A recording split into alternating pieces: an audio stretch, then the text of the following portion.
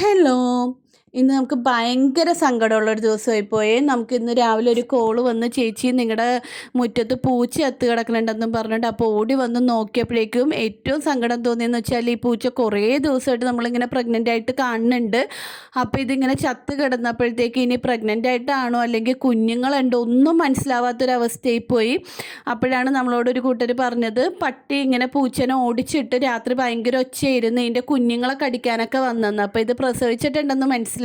പക്ഷെ കുഞ്ഞുങ്ങളെവിടെയെന്ന് പോലും നമുക്കറിയില്ലായിരുന്നു. അങ്ങനെ തള്ളപ്പൂച്ചനെ കൊണ്ട് നമ്മൾ പുറകുവശത്ത് കൊണ്ട് കുളിച്ചൊക്കെ ഇട്ട്, പക്ഷേ കുഞ്ഞുങ്ങളൊരു ബോക്സിലാക്കി ഞങ്ങളുടെ സിറ്റ് ഔട്ടിൻ്റെ താഴെ വെച്ചിട്ടുണ്ടായിരുന്നു.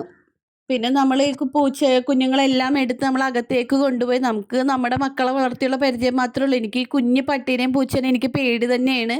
കാര്യം ഇതുങ്ങൾ ഈ നഖം വെച്ച് നമ്മുടെ മേത്തോട്ടൊക്കെ ഇങ്ങനെ കയറിയൊക്കെ വരുമ്പോൾ എന്തോ ഒരു ഭയങ്കര ബുദ്ധിമുട്ട് പോലെ തോന്നും.